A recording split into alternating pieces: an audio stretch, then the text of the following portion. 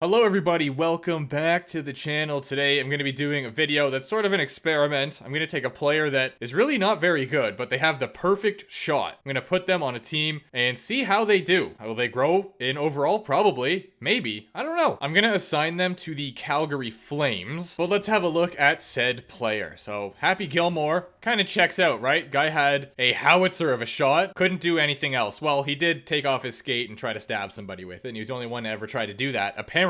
If we look at attributes, everything is set to 60. Shot pass bias. Actually, I'm going to turn that up a little bit more. Let's make it 13. I ended up realizing after year one that I had the shot pass bias completely mixed up. Even though it's pretty self-explanatory, I somehow managed it. So I did end up changing it and doing a resim, but I still thought it was interesting just so we could see the difference between a full and a zero shot pass bias. But yeah, let's continue with the video. And he has the perfect shot. So shot power, accuracy for both wrist and slap, 99. The abilities that I gave are all related to his shot as well. So that is gonna help. The X factor is 1T. So ready to tee up some one-timers. On top of that, Happy has the beauty backhand, heat seeker, make it snappy, shock and awe, and off the rush. This is just style. I don't think it actually makes a difference with how they perform. Actually, you know what? I'm gonna try him with two different teams. We're gonna try the Calgary Flames first, so he plays with, I guess it'd be Lindholm or Kadri, and then Huberdeau. And then I'm gonna try to play him with McDavid. I'm kind of trying to record a bunch of videos right now to get it out of the way, and then, you know, just sort of take a break until NHL 23 so that I'm rested up, ready to go, and get some content going on that game. I think after this one, I have to make one or two more, and then that should carry me into the release date of NHL 23. So how do you guys think this 49 overall player is going to do on the first line of the Calgary Flames? Think he's going to be any good? Or do you think he will struggle mightily? I want to say that he's not going to do well, but for some reason there's a part of me that thinks he's going to light the lamp. I don't know why. There's our guy. Sorry, Lewis, you're out.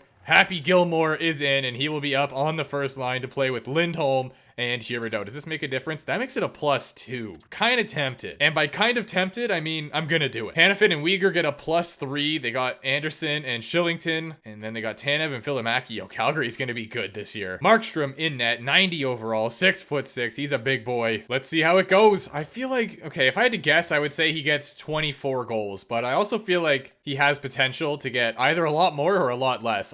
This is up in the air right now. He is playing with Kadri and Huberdeau, so that gives a lot of potential. Plus, if I remember correctly, I gave him medium franchise, so that should help with his player growth, but he is 49 overall, not gonna jump up that much. The team's doing quite well. 18-9-2 here. Second in the division right now. The Ducks are first. Look at that. How many is that? 5 losses in a row? Things you love to see. Still second in the division, and we are approaching the trade deadline here, so gonna be a playoff team. I would kind of expect us to be a playoff team even with a 49 overall player on the first line because the rest of the team is just that dirty. Sean Couturier is on the block. Same with Patrice Bergeron, Erik Karlsson, Pat Reddy, Vitek Vanacek, Ned. There's a lot of good players on the block. Wow. But alas, I shall not acquire any of them. That's a pretty big trade if you ask me. Some might even call that a blockbuster. But we shall advance, and it looks like that was the only blockbuster trade. I kind of want to go look and see where Happy is at, but I want it to be a surprise and wait till the end of the year. Nothing like a good old post-trade deadline collapse to potentially not make the playoffs. Why did I hit stop simulation? I have no idea why I did that. I was looking at it and knew what I had to do, and I somehow still did the opposite. For the team stats, we got 97 points and 44 W's on the year, just shy of a 60-point percentage, 9 overtime losses. That's good enough for 9th in the league, and if we scroll down here, it is not... Oh, it is the top 16. Never mind. I withdraw that statement. Did we do a fantasy draft or something? What's going on here? How did Tampa Bay finish? What's happening? This is very, very weird. The Carolina Hurricanes finished 27th. The Minnesota Wild finished 28th.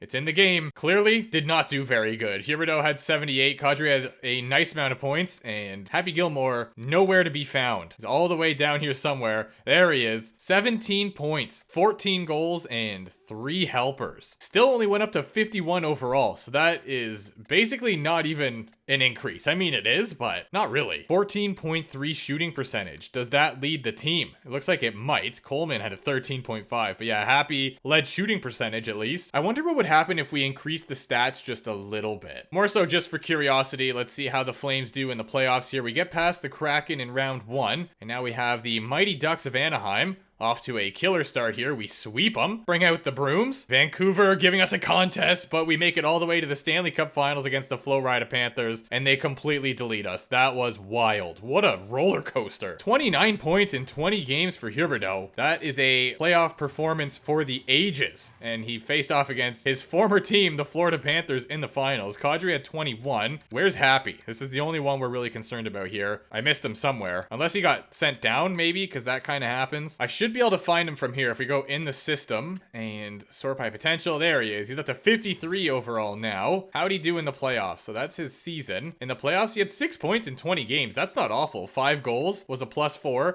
a 21.7 shooting percentage. I don't know if I should do 65 or 70. I think I'm going to do 70, see what overall that makes him. And then we will just make a decision from there. As soon as we get to offensive and defensive awareness, if we put those up to 70, his overall is gonna spike. Watch, ready? Here we go. 70 overall and 70. Yeah, that went up like what? 5? I still find it crazy that if you put these all the way down, the overall of the player drops off significantly, but I don't feel like they really do anything, because if you remember, I made a video where I made a team that had all 99s except 36 offensive and defensive awareness, and they rinsed the NHL. Let's give it another spin.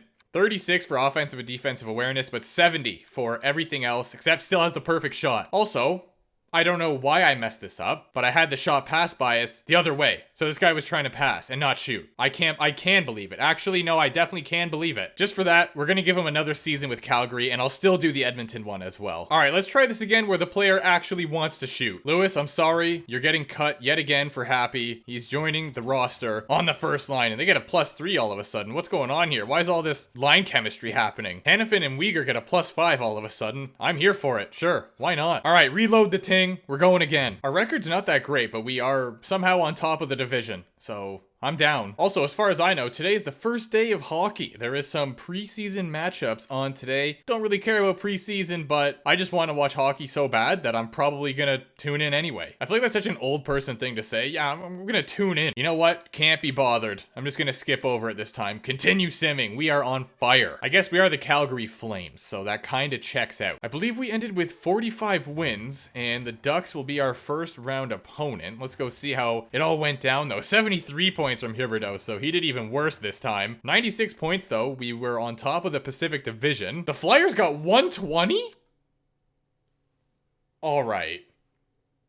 Yeah, our division sucked. We were first in the division, 10th in the league. And the St. Louis Blues snuck in at 19, so naturally they're probably going to win the cup. Anaheim also barely made it. Oh yeah, there we go. That's more like it. 0 helpers, 38 goals for the man. He's 49 overall. Okay, that makes more sense. He was also a +18. And had a 14.7 shooting percentage, which would lead the team. I doubt it's the most in the league, though. There's no way. Nope, Anderson Dolan had a 25. He's not even on the front page. Will we have a better playoff run? Let's find out. That's going to be very hard. We're basically going to have to win the Stanley Cup to have a better playoff run. We get past the Ducks quite easily, and the Golden Knights completely rinse us. So no, we did not have a better playoff run. Congrats to the Dallas Stars. Somehow Sonny Milano had the most points for the playoffs. That's shocking. But at the same time, let's go. Backlund, Kadri, and Huberdeau all had 7. Did Gilmore get anything? Did he have no points? Or, oh, okay, he got, yeah, never mind. I gotta go find him. In the system, sort by potential, there's our guy. Let's have a look at how he did in the playoffs. He had 6 goals in 10 games, so yeah, not too bad. And a 19.4 shooting percentage. Let's find out what happens when we play him with McDusty. Unassigned team, and we will be reassigning him to the Edmonton Oilers. Even though I turn autosave off, I almost guarantee that my save slots are getting close to full again. There should really just be a delete all option, you know what I'm saying? That seems like a pretty standard thing. Sorry, Ryan. Gotta cut ya for Happy. The first line is a +5. He's got McDavid and Draisaitl playing alongside him. Feel like he's gonna do better here. Maybe not, but maybe. Defensively, Nurse and Barry, Bouchard, and Murray, and then Kulak, Ceci. And in net, they have Campbell's Chicken Noodle Soup, Stuart Skinner backing him up. Let the games begin. It's a close race for first in the division. 28-17-6 at the break. Second in the division. We're doing all right. We are definitely on pace to be a playoff squad. As I say that, we lose 4-5 games in a row. Thought we were going to make it 6. But we did go on a 6-game winning streak. We're all the way down to 5th? We got to pick it up here. We actually might not be a playoff team. Oh no, the division is so close. Come on, guys. Win some games here. What are we doing? We made it. I, for a second there, was very convinced that we were not going to. With 92 points, we finished 4th in the division, a 56.1 point percentage, 8 overtime losses. We finished 15th in the league. Tampa Bay finished 17th. What is with this sim engine? What is going on? Moment of truth. Draisaitl had 86 points, and we got 82 from McDavid. He had 33 goals and 2 assists this time, so a total of 35 points for Happy. So even though he is 40-something overall, guy can still bury the puck. We got past round number 1. Colorado has been taken out. Jets will be our next round opponent, and they sweep us. Washington Capitals take home the Stanley Cup. Let's go. That's huge. Nuge had the most points in the playoffs. He had 14. And I forgot, I will not be able to see from there. I have to go over to our contracts to view Mr. Gilmore. He's at 50 overall. And if we look at his stats, so yeah, 33 goals in the season. And for the playoffs, he had 4 goals, 1 assist for a total of 5 points in 10 games, which, I mean, for 50 overall, that's not bad. Well, that was a fun little experiment there. He had 20 minutes and 30 seconds of time on ice per game. So he was out there. But yeah, thank you guys for watching. I appreciate you. Hopefully you enjoyed. And if you have any other sort of experiment ideas, let me know. But they will probably be in NHL 23 if we do get around to them, because I don't know how many more videos I will be making before that drops. And on that note, I will be seeing you soon.